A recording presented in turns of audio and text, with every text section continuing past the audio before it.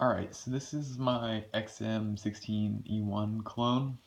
It's supposed to be a clone of a very, very early 603, sort of right after they changed over from the 602s. There's still some intermingled parts here and there.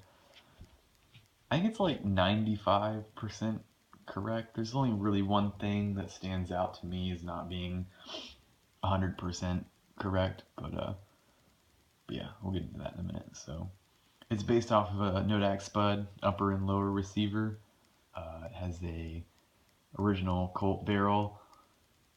Everything else I believe is original except the bolt. The bolt carrier is reproduction, but or bolt carrier and bolt. So yeah, we'll kind of take the camera down and go over it here. So it's a Type D stock, the early style without the trap door, and it has the rotating sling swivel instead of the fixed one. It has the early grip,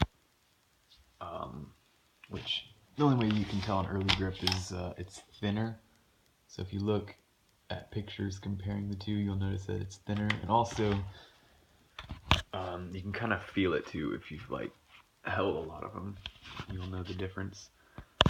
Like I said, it's got a chrome bolt carrier group, Nodak Spud upper, Nodak Spud partial fence lower. Handguards are just normal ones. I try to pick out like a glossy set to match the early plastic that's on the handguard and the grip. I don't know if it's Bakelite or another kind of plastic, but it's not the same as the nylon reinforced plastic that you see the A1 stocks being made out of. Early flat slip ring. Has the normal sort of rectangular ejector cover. Has the normal 603 or Vietnam or anything style mag release. Has dimpled takedown pins. As you can see, a dimpled safety as well. Those are all leftover parts from the 602s. Like I said, I wanted to go for a really, really early 603. The barrel is the only thing that's not 100% right. It's a CMPC barrel. Let's try and get a shot of. There you go. So CMPC stands for Colt Magnetic Particle Tested and Proof Fired. And chrome chamber, sorry. Which the XMs did not have chrome chambers or bores.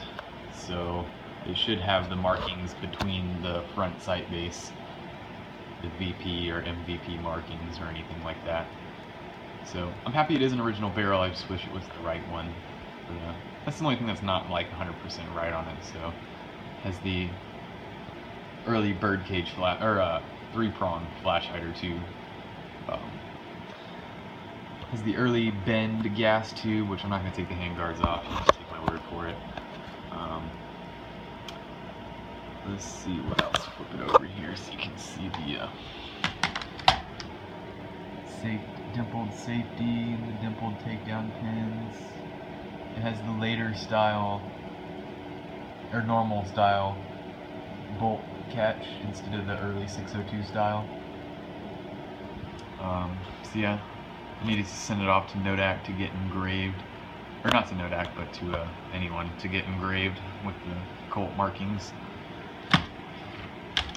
The only thing that's wrong with the bolt is that the carrier doesn't have the correct staking, which is kind of a bummer. But that's alright. It does have the correct 223 marked magazine there we go. Which is cool. 223 marked mags are kind of getting expensive. They're not really hard to find or anything either. And it also has the early Edgewater buffer, which I'm going to take out real quick and show you.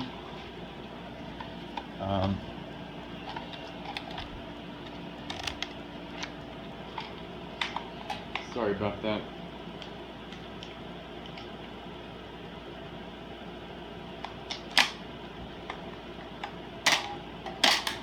There we go.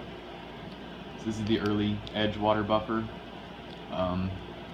It looks kind of markedly different from the A1 style buffer tube. So, kind of an expensive thing. They're not really super rare. They're kind of hard to find, but they're just expensive. So, kind of a bummer. But, you know, I feel like it's kind of an important piece of an XM build. It's having the right parts.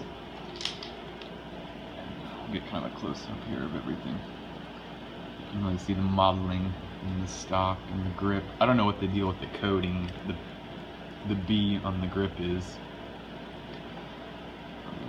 Oh yeah, teardrop forward assist, obviously. Get everything. You kind of see that early. I believe this mag is actually a dull follower mag. Yeah.